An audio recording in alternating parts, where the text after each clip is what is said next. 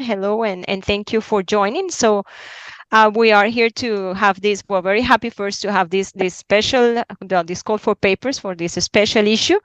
And we are very happy to host this information session. So the whole idea here is to first introduce the journal. So Kristina will do that. And then we will discuss a little bit, present very briefly the call for papers. And we'll have, especially the whole point is to have time for questions and solve those questions that you might have before we have 1 hour. So we will have be sure that we have enough time for everyone to ask the questions. So maybe we will introduce very briefly ourselves, the co-editors of the special issue, if you agree, Kristina, before. Yeah. So I will start since I'm already unmuted. So I'm Pilar Acosta. I'm currently based in France, but I am originally from Colombia, and I work at École Polytechnique, and I have an interest, of course, on social and environmental responsibilities, especially, of course, in South America. Hi, I'm bobby.banerjee. I'm a professor of sustainability at Bayes Business School, City University of London, and welcome everybody. I'm glad to see so many people online. Good afternoon. My name is, go ahead, Stella. You can go first. Sorry. Okay. Sorry, Joel. Good afternoon, everyone, and thanks for attending. I'm Stella Nkomo at the University of Pretoria in South Africa. My work has focused on marginalization of the other, I'll just do it that way, and particularly now marginalization of Africa in management and organization studies. Hi, everyone. My name is Joel Bothello. I'm an associate professor in management at the John Molson School of Business at Concordia University in Montreal.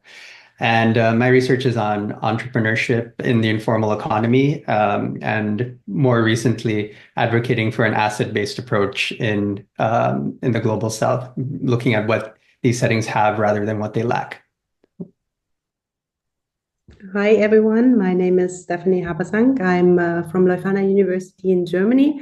And obviously, my interest is also in social and environmental responsibilities, and also especially in Mozambique and in Ethiopia. I'm doing research on how family plays a large role, especially in entrepreneurship, but also in sustainable businesses.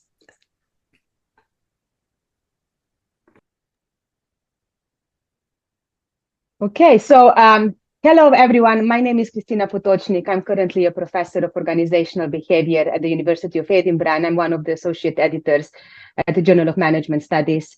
And I will be introducing you to the journal. So I know a lot of you on the call are familiar with the journal already, but I would just like to remind us a little bit about who we are, what type of papers we publish, and also I would like to show you some social media channels where I hope you will join us. I hope you will follow us there as well for the latest news and updates. So on that note, Pilar, shall I start? Yes, I think we can go ahead. Yeah. Okay, thank you so much. So I won't take too much of our time at all. I would just like to, as I said, tell you a little bit about the journal and what makes us different and what type of papers we are keen to publish. So as you would know, we are a consistently highly ranked journal in management studies with long established history of excellence. We have 3 general editors and quite a number of associate editors now, and we are based across different parts of the world. And we have a dedicated editorial office, which is based in Durham University. And our editorial manager, Margaret, is looking after the whole team. And if you have any questions about the journal, about your submissions, about really anything that is related with JMS, Margaret is very keen to answer your queries by email if you get in touch with her. And we are a different type of journal in the sense that we are very much keen to consider papers with different methodological approaches and different philosophical underpinnings. So if you have a look at types of papers that we publish, we have papers that range from anything from quantitative to qualitative to mixed methods research.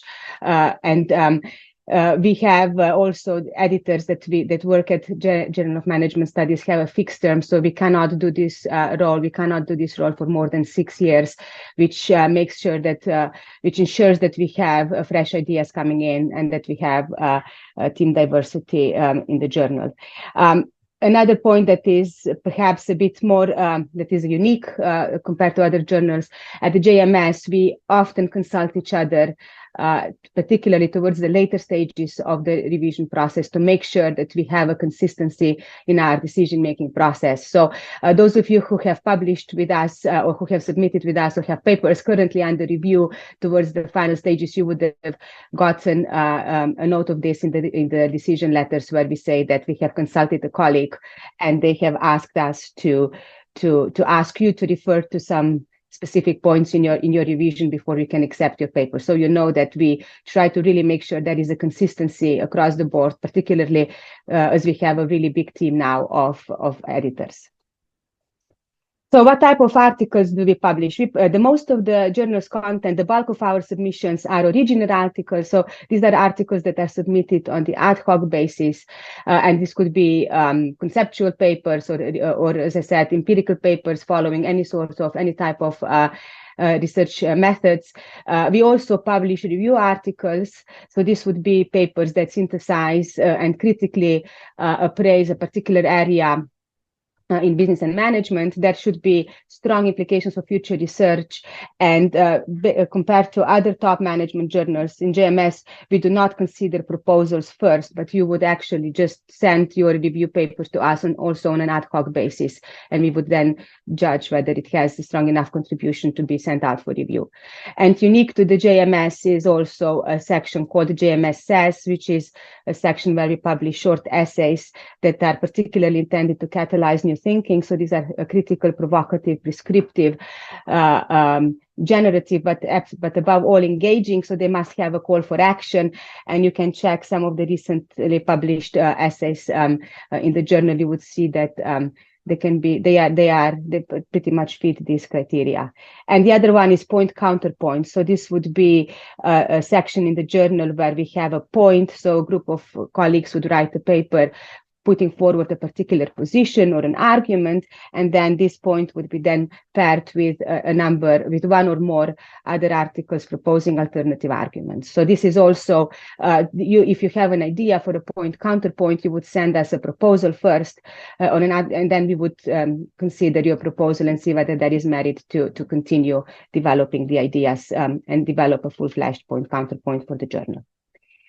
And perhaps a bit more on publication criteria. So what sorts of articles we publish. So as I said earlier, we are keen to consider both empirical and conceptual articles, but we really highlight the need to advance knowledge of management and organization significantly.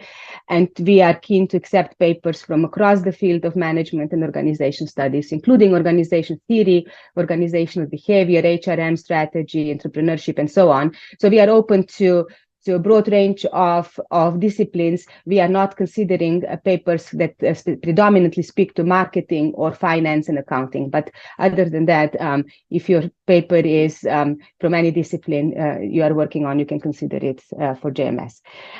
So what are we looking for? At JMS, we are keen to publish papers that really have this, what we would say, a surprise factor, so that they are quirky, challenging, unusual, surprising, that have a strong theoretical orientation. We do really want to push for theory, and I think later on today for the special issue, this will come through as well, that we really want to publish papers that develop novel theorizing in a particular area.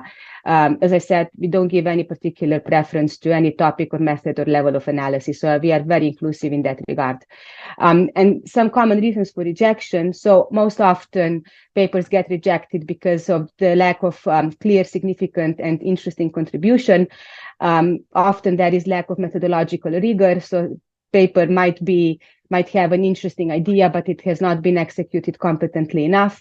There is often also a clear lack of clear and appropriate theoretical framework, and sometimes we also see that papers do not really have any implications for management theory and practice. So it's a variety of criteria that we consider first when we receive your papers to decide whether we send it out for review, and then when the paper is sent out for review, our reviewers would consider these different criteria in their recommendations.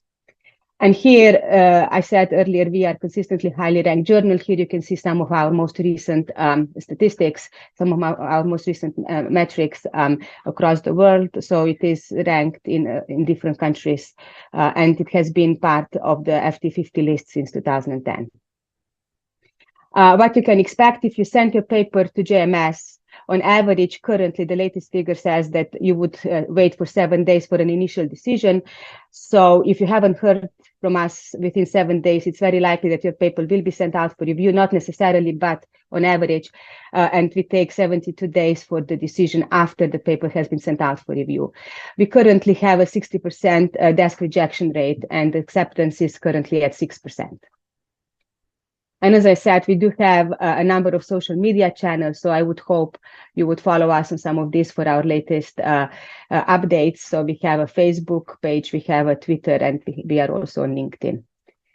We have a blog, so pretty much everyone who gets their paper accepted to JMS is approached by us and asked to write a short, engaging blog post for our blog.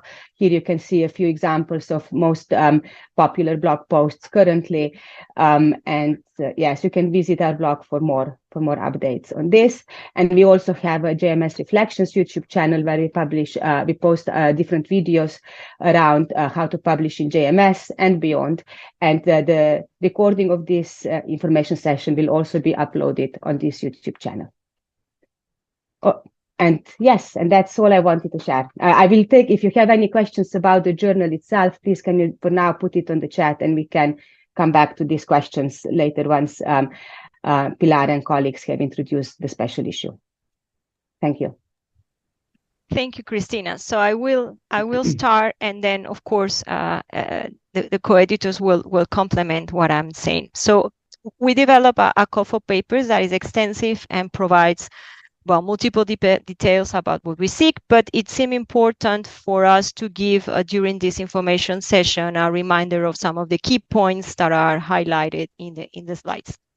So the first thing that I want to highlight is that this special issue, of course, responds to calls that seek to integrate overlook or marginalized perspectives outside what we can call Western-based approaches to social and environmental responsibilities. So for multiple reasons that most of us know, there is an imbalance on what we know about these topics because they are mainly based on Western theories and of course, ontologies. So in this special issue, we want to provide a place, a space to integrate these marginalized, overlooked, less heard voices and actors.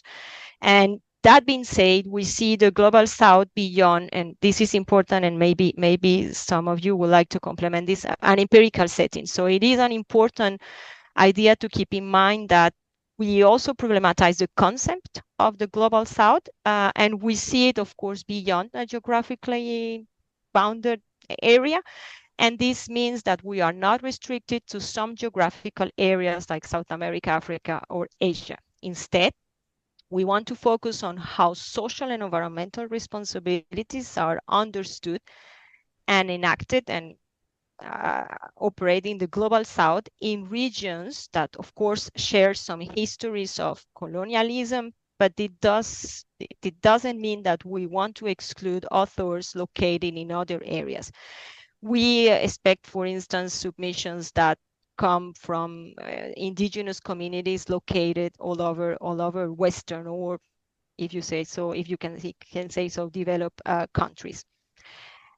A second point is the idea that is key, that is in the title, is the pluriverse idea. And we acknowledge that there is, of course, a possibility, a space for pluriversal perspectives on social and environmental responsibilities. And of course, there is a world where many words can be and come together. And in this special issue, we want to highlight the need to acknowledge these different ways of being, of knowing, and engaging with a reality beyond the dominant Western worldview.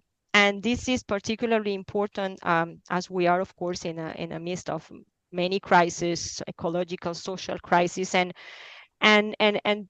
this is also an opportunity to reflect on this pluriverse base, how to solve or to think about this crisis.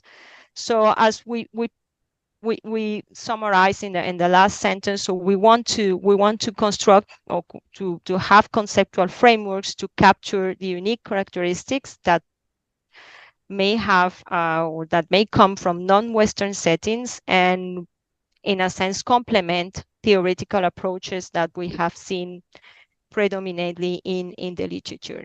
And I want to stop here before moving on, because maybe Bobby, you want to add something, and the others, please complement what I just mentioned.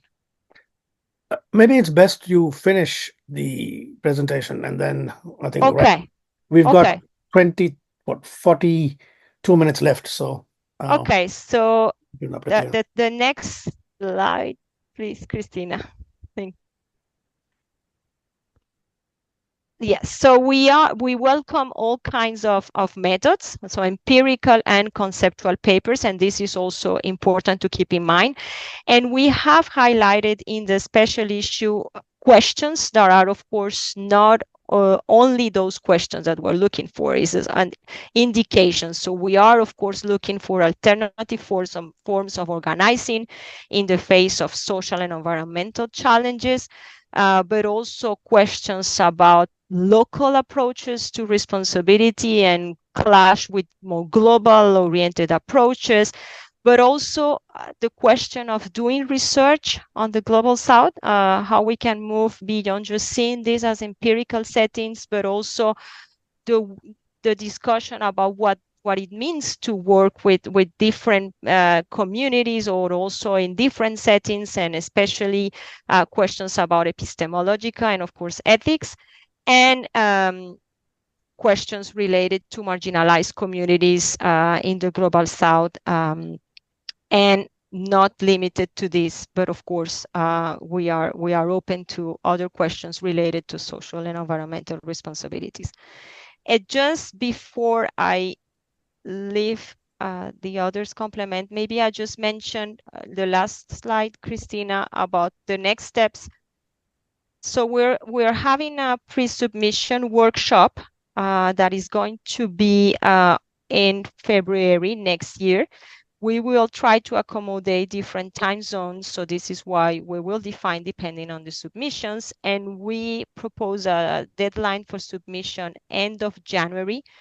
This will be an online session, and you will have, if you want to attend this, to submit 3,000 words extended abstract or short paper, highlighting your research gap, of course, your contributions, the problem under study, and submit it via email, so we can get all the submissions in one place, and then keep you informed for the workshop.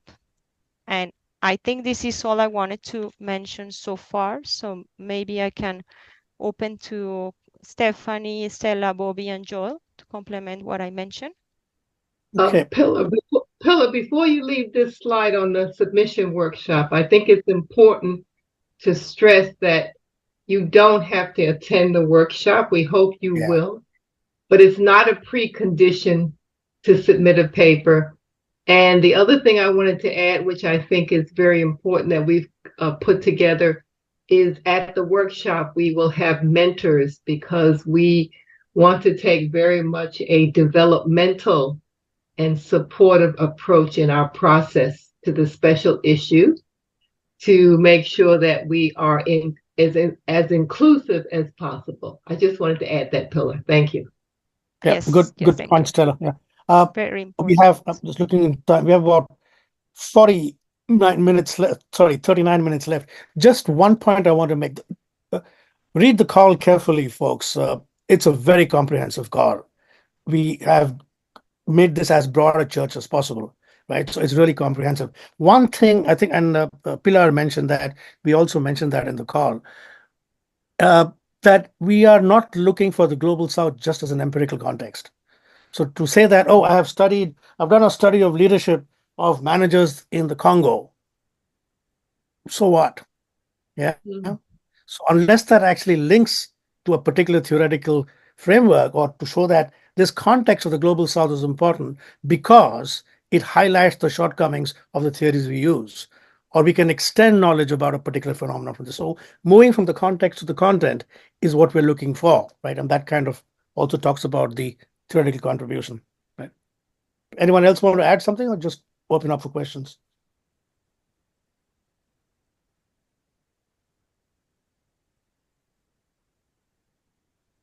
I'm fine with opening it up for questions. Fine, let's go. Questions, anybody? I don't know how you want to do this, Kristina. Do you want people to put their hands up on the chat, or? Shall I stop sharing? I can't see you. Yes. Yeah, I'll stop sharing. Thank you. Okay, thank you so much. Yes. Yeah, so just to say that we're going to share also, yes, with the recording the slides. So if you want to, and you have our emails in the call, if you want also to have more specific individual questions. Yeah.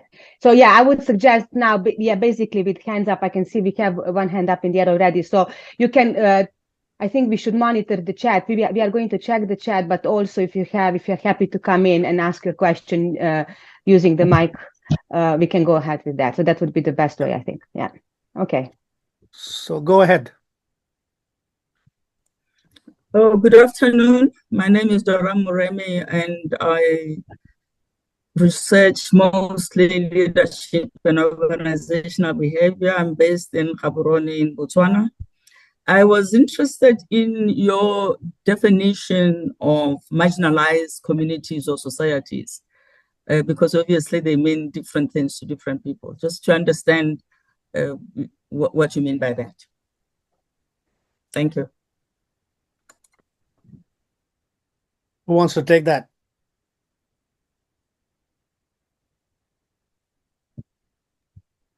I can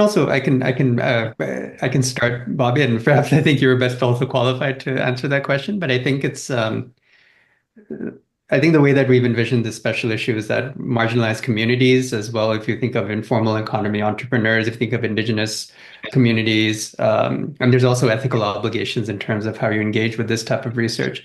But also we wanted this to be a venue where you would have underrepresented voices who can offer a contribution and who can kind of rebalance the disequilibrium that we see in management journals. So marginalized, and think in terms of histories of colonialism, et cetera, but also in terms of their representation in management journals. So those are two of the senses, Bobby. Yeah, I mean, it's a term which has been often used, but as you rightly said, it might mean different things to different people.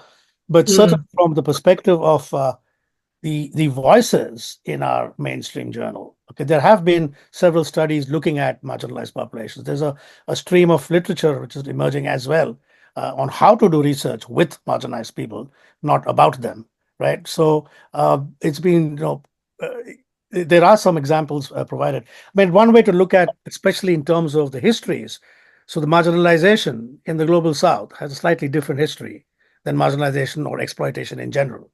If you're looking at capitalism as exploitative community, there are lots of marginalized communities everywhere. But the history of the Global South is a particular kind of history, which I think we need to kind of engage with. And that's what we are looking for, right?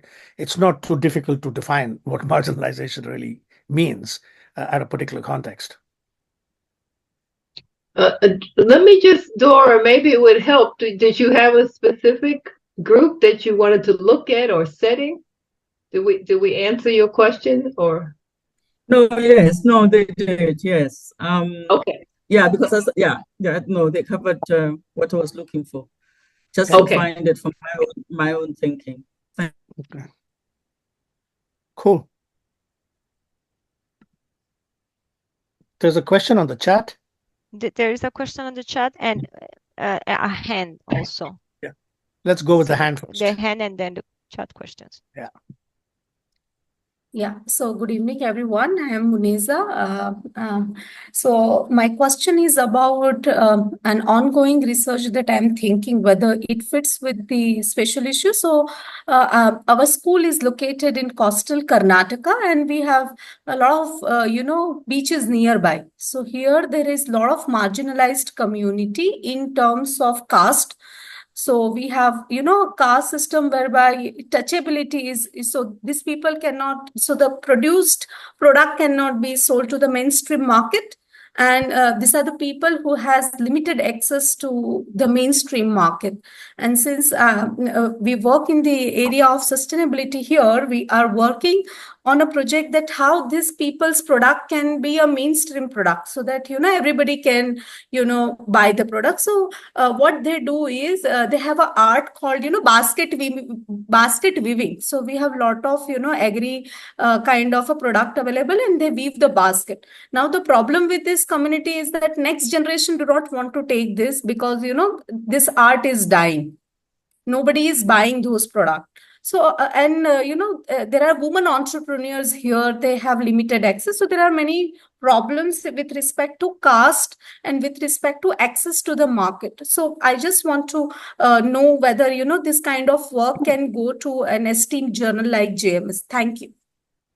In terms of caste, of course, yes, it definitely ticks the marginalization box. Absolutely no issue there. In terms of your empirical context, for the purpose of special issue, I guess what we be looking at, yes, it's a marginalized community.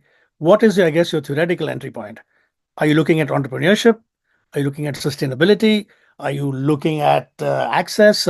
So there has to be a particular theoretical framework for which caste becomes a particular context, right?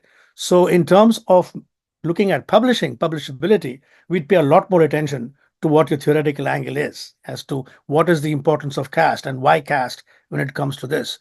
Or for example, if we consider caste, then our theories of entrepreneurship, our theories of sustainability might need to be rethought in a way. Does that make sense? Yes, perfect. Thank you, sir. Okay.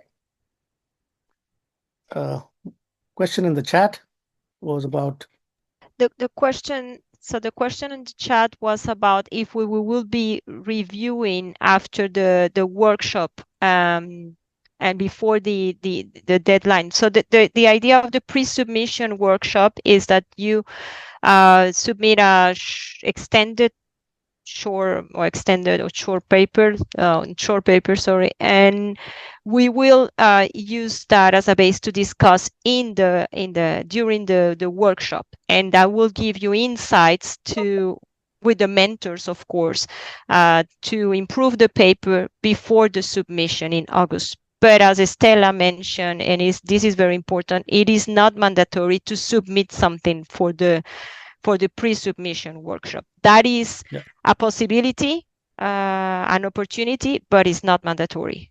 Yes. Just to clarify, we're not going to be peer reviewing papers, obviously, before the official submission. What you will get is some feedback from whoever's reading your paper, one of us or some of the assigned mentors. So it's not going to be a formal review as such. Yeah. Yeah, and I think there's also a related question now in the chat, how developed the paper should be before the workshop submission. And we also put that in the call for papers. So it would be ideally, it's not a very long submission that you have to hand in, but at least you have, as Bobby said, a clear theoretical angle that you are drawing on, that you explain what is your theory, right? That you refer to your question, and at least an outline of the methods, the context that you're researching, how, and I think that's super important for us, how is your paper or potential paper contributing to better understand social and environmental responsibility in the Global South? We've got two hands up, yes. Richmond and Nilo.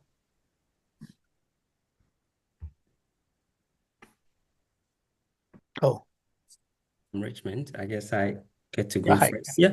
I want to understand the boundary you have for defining or what will fall into the frame of social and environmental responsibility. Are we looking at the regimes, the logics, the practices?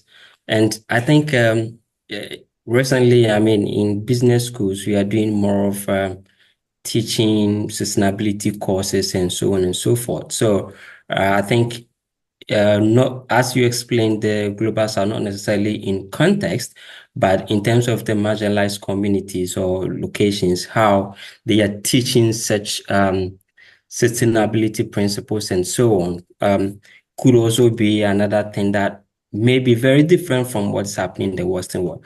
But I just want to get an understanding of what the boundaries are, what could be included, what you consider as within the framework. I mean, the environmental and sustainability part is that's reasonably clear enough, right? There's a lot of stuff for that. I mean, if we're looking at the social parts of it, it would be more traditional things, whether it's in terms of inclusion, whether in terms of poverty, whether it's education, health, the whole social indicators we use, unemployment, those kind of issues. Now, you raised an interesting question. What about education? I don't know. I mean, certainly it is a social indicator of deprivation, if you will. So again, the question would be, what angle are you going to take? Again, the theoretical framework of this.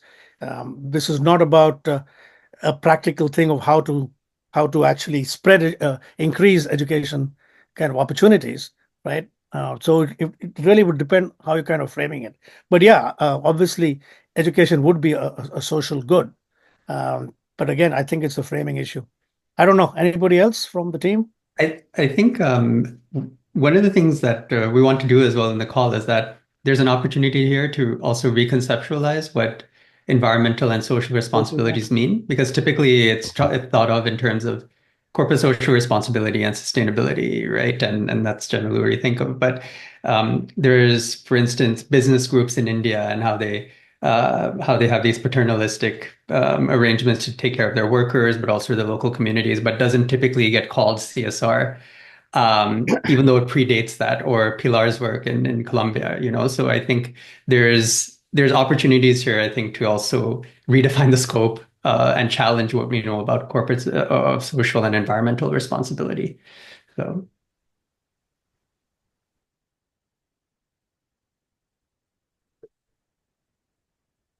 Who else has the hand up? Nilo? And there's a question on the chat we'll come to afterwards. Yeah, okay, thank you. So my question is actually very similar to the last one regarding what was your conception of responsibility, but it was largely already answered. But I would like to complement it, like asking to what extent would you be expecting an entry point or a dialogue with the more mainstream kind of conceptions of responsibility? Not sure I understand fully. Perhaps go ahead, Bobby. You go first. Yeah, I mean, I think what Joel said earlier.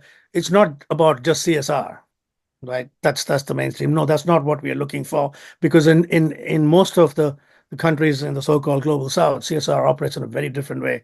Most of them are SMEs or family businesses, right? So that's why we use the term, if you notice in the title, we said responsibility. We didn't preface it by corporate or institutional or government, right? So that's leaves you, I guess, with a lot of flexibility to kind of define what responsibility means. So if you want to actually start by saying the way responsibility is being defined in our management field is too narrow, and you want to come up with a different kind of conceptualization, by all means.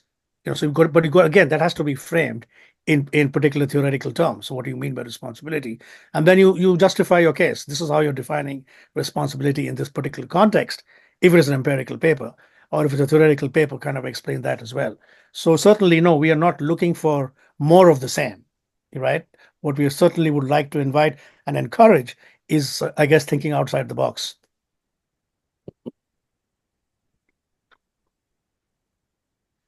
I can leave it to Stella, Stephanie, or Pilar if I don't want to take up too much space either. If you want to chime in. No, okay. Yeah, and I just want to say, Nilo, that I mean, much of my scholarship has been just on challenging existing theories and finding limitations and scope conditions for what we already know, and challenging assumptions.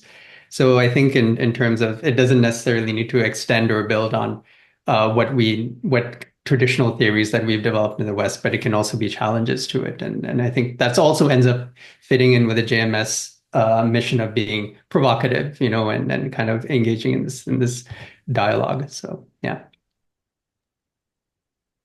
Okay, great. Thank you. There was a question in the chat. Monish.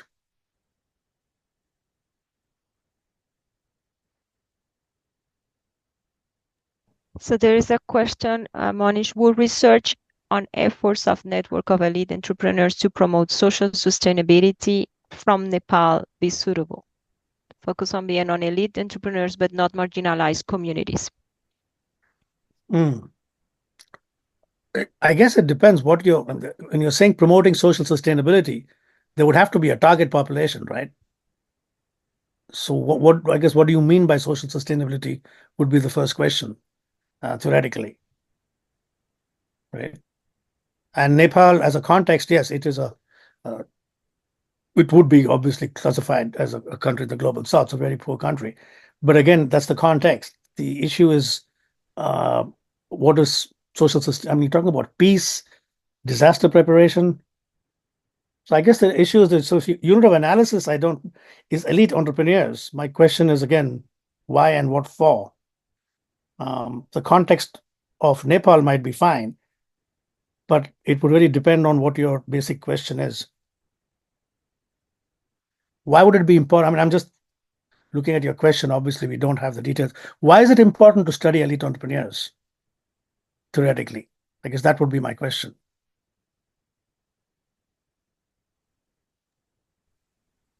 If I can add something as well, I think we're likely to have a lot of case studies as well too in this special issue, and I would encourage the people who are submitting to consider what is this a case of, is this, and answering that question will help you to fit in with theory as well too. So if you talk about elite entrepreneurs in Nepal, that could be a case study, but asking that question about what is this the case of will help to answer the theoretical question as well, I think, in line with Bobby's point. Yeah. And I think also, what would we learn that's different or challenge? I mean, it's kind of interesting because maybe I'm reading too much in it, but the emphasis on elite is sort of like, well, these elite group is working with quote unquote communities. So is there something unique or theoretical about that, or in terms of how you think about responsibility and issues of class? I don't know, but I think my other colleagues have said it's always the so what, and what can we learn from that would help us to have different perspectives on the meaning of social responsibility or corporate environmental responsibility. So I think it's hard to say, but the setting, yes, I agree, the setting is fine.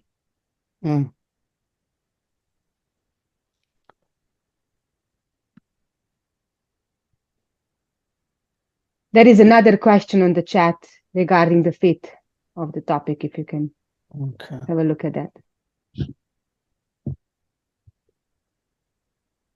If you're here, you might want to speak your question, or you don't want to speak it. It might be easier. It might be easier. Just unmute yourself and just speak your question so we can have a proper discussion. Yeah. Don't be shy.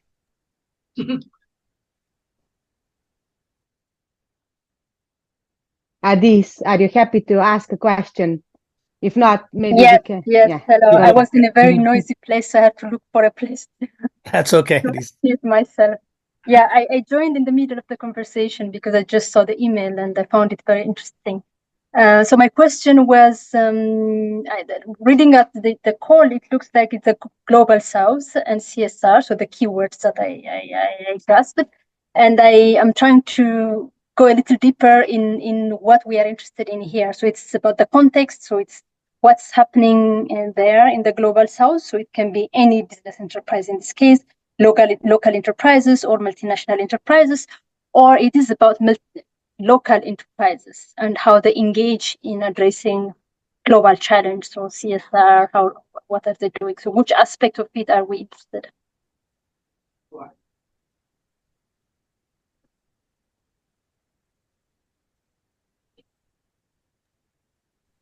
I can perhaps offer. Sorry, I'm also very conscious about keeping your face from. No, that's fine, Joel. Go ahead. Yeah. Well, I think the empirical context of the global south is important, but I think what we've also included in the call for papers is the interface between the global south and the global north. So what happens when, for instance, an MNC goes to a global south country and tries to implement a CSR policy with a local community, for instance, and what are the reactions to that? We've tried to have that a more broader scope as well, so to include those types of interactions between the north and the south. So that would potentially be within the purview of the paper. Also, I mean, if you're studying multinational practices in the global south, there as a paper, I think in this particular case, it would be again the so what question. Is why are you studying this? What's the importance? Is this just an empirical context? But more important, as what Joel says, what is the I guess effect, consequence on the target population? If there's a CSR practice, right, or a CSR policy, it is directed at some level of community, right? What we don't have, and this is the problem with most of CSR research, we have a lot of information about what companies are doing. We have very little information about the actual outcomes of those policies. So I guess from the perspective of the marginalized communities or the target population, target communities, it will be, that I would see as the interaction which Joel talked about. That this is what the MNC is doing. This is what they claim the effects are, and this will obviously be an empirical study, the way you defined it. But this is what the communities themselves, who are the so-called beneficiaries of CSR, this is how it is playing out with them. This is how they make sense of it. So there'll be two different issues. One is the top-down issue of CSR, and secondly is what kind of sense are people who are receiving these so-called benefits, do they make of that? Does that make sense? Yes, it does make sense. In fact, that's exactly one of my questions that I did not explain in here, because it looked like more an impact thing, as at least impact in a very tangible way, or also impact as it's perceived by the target population. So it might also like think to find the data from these people.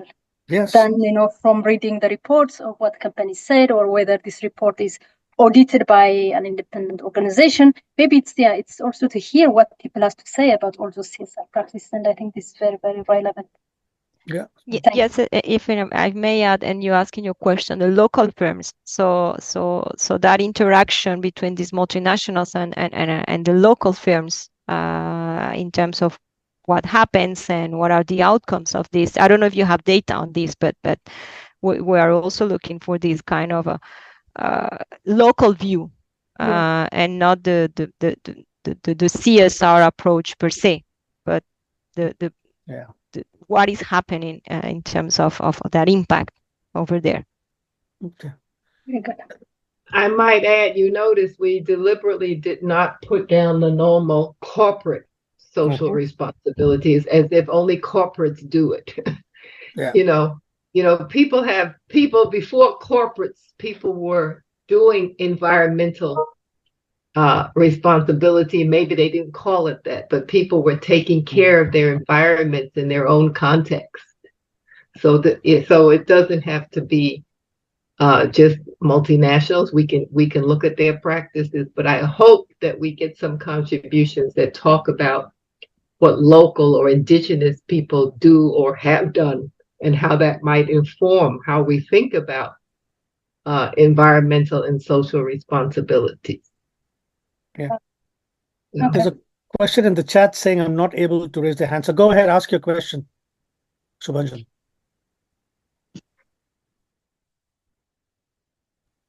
Hi, can you hear me? Yes, go ahead. I'm so sorry. This Zoom app updated itself, and now it looks a bit different on my computer. But quite sorry, it might sound a bit stupid to write that in the chat.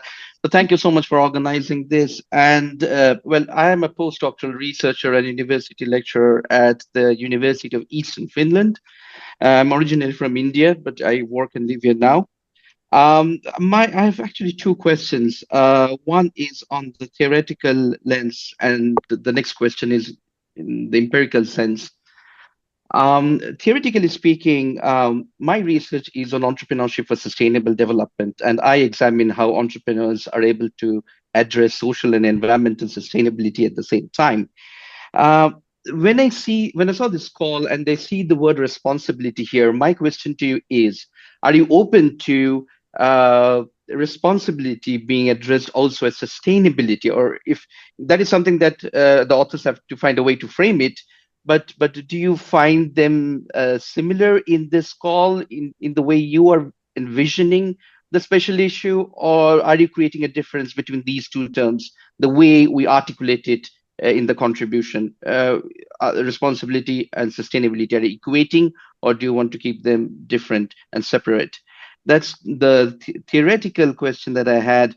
Empirically speaking, I'm keen to know that if it is a case study research design, are you looking for a case study which is in a global south country, or are you open to a case study where it is quite intensive in the sense that there is a global north startup which wants to operate in the global south, addressing the challenges there, and obviously because they bring in global north perspective, they have a situation of tension, but at the same time they get excellent cooperation to make things happen in the global south countries where they operate. Are you interested in that kind of a case, or are you looking exclusively at case studies situated in the global south context, companies which are there? I think the second part of your question would be easier. We're looking at the context of the global south, but if the way you've just explained that, what if this is a case looking at tensions between global south, global north actors? That would certainly fit in a way, yeah. And guys, to my team, just jump in or correct me if you think I've got this wrong. So yes, if there are tensions between two sets of actors, institutions, yes, that would certainly fit. Again, depending on theoretical framing. I guess I'm not too clear what you mean about the terminology of responsibility and sustainability. We framed it as broadly social environmental responsibility, and yeah, sustainability is both. It's social, environmental, and economic. So Yes. we're not posing them as different per se. Right. And if I also may say, part of also what we mean is to also problematize this kind of concepts, right? Responsibility, in a sense, we didn't use the CSR word, but also what is the idea behind responsibility, and does it make sense in the same way that it has been theoretically approached? So I don't know if that might give you some kind of answer, but that's also part of the angle we are looking for. And also sustainability is also a pretty new concept, and in a sense that it is now used, but also was developed in a specific context. So we're looking for what is it that it would mean in the global south. Does it make sense, or what is it that it is behind, or how it is maybe suppressing other views of understanding relationship to nature or environmental issues. I don't know if you, Joel. No, and I just wanted to mention as well that we're not looking just for case studies. I think generally that there tend to be a lot of case studies that come in for special issues, but I just want to clarify that it's not at all the case. We're open to a wide range of empirical approaches. No. And also theoretical. That we are not the papers can be purely conceptual, theoretical work as well. So it's not, we're not looking for only empirical papers. As I said, if you read the call, it's a really broad call, which gives you some signposts. So. And even we are also open to the way how you're going to research or do research with people, or not just about people, and I think that's also important. It could also have this kind of notion of rethinking how we do our research. So which means, if I got it right, an ethnographic case study research design is something that you would appreciate, where the researcher has lived and interacted with different actors, and that includes the communities where the startup is operating with. It depends on the research question, right? Yeah. Is the ethnographic method appropriate? If it is appropriate to the question, absolutely, yes. Yes. So in terms of looking at the method theory interaction, I mean, we'll have to look at what the basic question is. Why is that question theoretically important, right? What does that question tell us about sustainability that we don't know already, right? So those are the kind of more classic mainstream questions we would ask in terms of looking at contribution. Okay, great. Thank you very much. That truly helps. Good. Yeah, these questions are great. It's also making us clear in our minds some of the boundaries, some of the boundaries of what can or cannot come in, or should or should not come in. But every boundary can be transgressed if you're smart enough.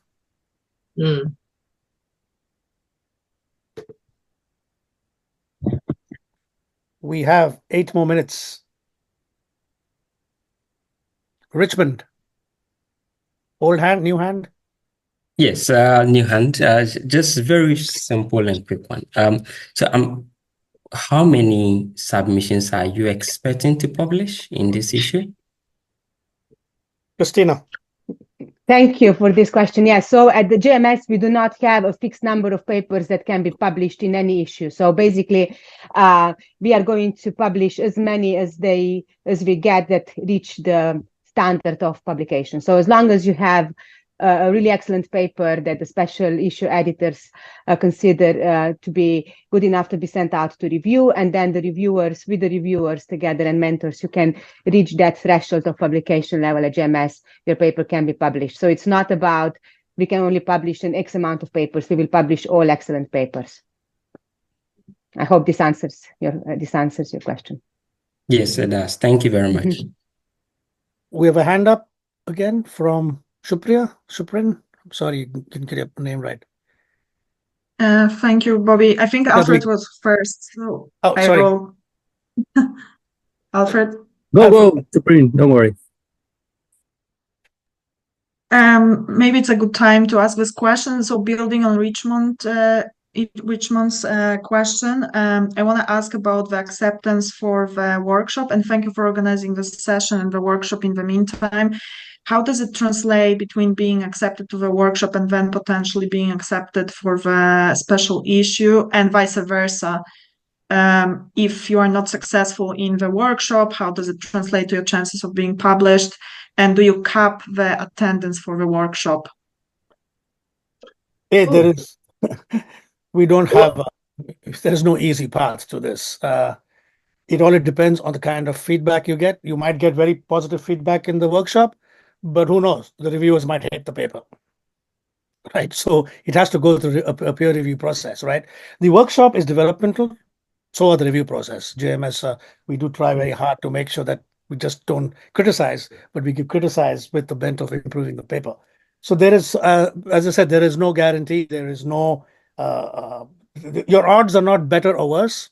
Think of the workshop as you normally get a friendly review before you submit to a journal, right? What are those comments there? So I wouldn't put too much going to get in. That depends. That's out of our control. That depends on the review process. But as I said, a good workshop would be the ones which be developmental, and we hope to do that. In terms of limits, I don't know. Do we have any limits, people? No, we said we wanted to accept everyone, except if the paper is really too far from the scope, and in that case, we will say so. But logistically, there are 5 of us, right? And we've got a few mentors. So even if you're talking about 3 or 4 papers per person, we still be able to accept a reasonable number. I mean, if you get 400 papers, you're going to say, no, it's not going to happen. But I don't think that's going to happen either. So, yeah. Before we go to Alfred's question, just to reiterate this point that Stella also mentioned earlier. So basically the attendance at any of the pre-submission workshops or those who will get through the first stage of review and might have other opportunities to further develop the papers, the tendency at any of these events is mandatory to be able to publish your papers in the special issue or JMS. So these events are there, as Bobby said, for developmental purposes. And if just to be very clear. Yeah, and as I said, really depends on the paper itself. In my own experience, I have not attended workshops and I have had papers published. I've attended 2 workshops and I got papers rejected. So it really depends on a variety of things. Yeah. Thank you. Alfred. Okay. Thank you for organizing that. I don't want to expand the boundaries of the special issue, please. Don't. So I accept a no by an answer. But let me see if I can frame well the question. I think we all will agree that the global south is already in the global north, okay? Yes. And that I have seen and I a lot in social entrepreneurship, social impact, etc., etc. And I have seen that all these theories and all these activities, laboratories, hubs, they never work with the marginalized community.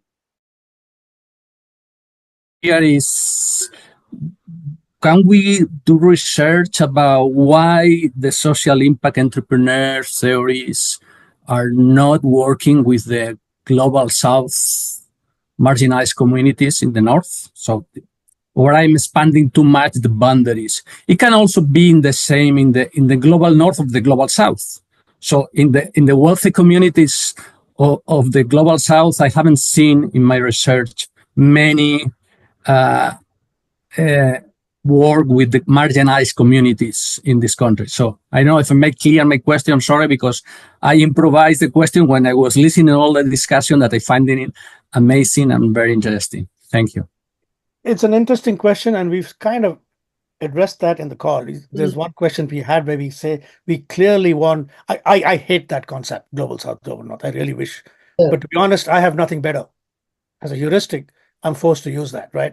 But we've clearly mentioned in the paper, yes, problematizing these concepts is certainly would constitute a contribution, provided we know what exactly you're contributing to. So yes, as you said, there are global south populations within the global north and vice versa. Then really the question would be, rather than the context you're looking at, then what is the basic theoretical angle again? So if you're problematizing it, great. For what purpose? That's one. Secondly, what would your alternative kind of conceptualization be? And why would that be somewhat, I guess, better or less bad than what we have today? I mean, I've seen papers which have said we should just get rid of this concept altogether. I would love to do that. In my generation, we used to call it first world and third world. That's now gone out of fashion. Right. Yeah. Yes. I actually much prefer that one, the first, second, and third worlds. Of course, there are always boundary conditions, but that's gone out of fashion, and that's transformed to global north, global south. But the problems remain. And I think in your case, if those tensions between global north, global south perspectives, if they are somehow evident, either empirically or theoretically, I think that would then make it more interesting. Does that make sense, Alfred? Yeah. Mm-hmm.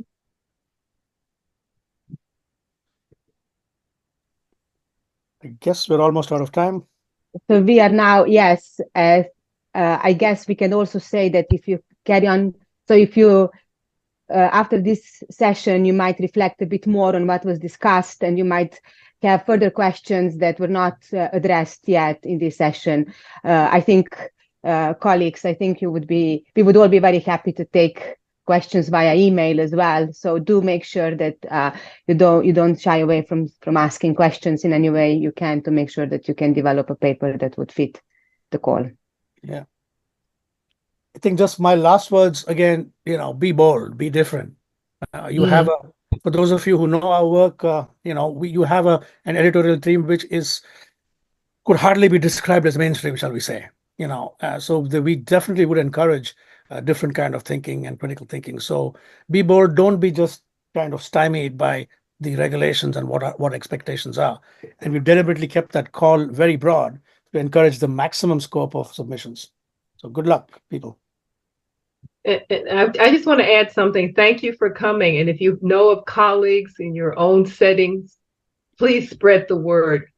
We want to get as many submissions as possible. So please share the call, and hopefully we'll see many of you in the workshop. Great. Thank you all. All right. Take care, everyone. Bye-bye. Thank you very much. Bye-bye. Very much. Bye. Bye. Thank you, everyone.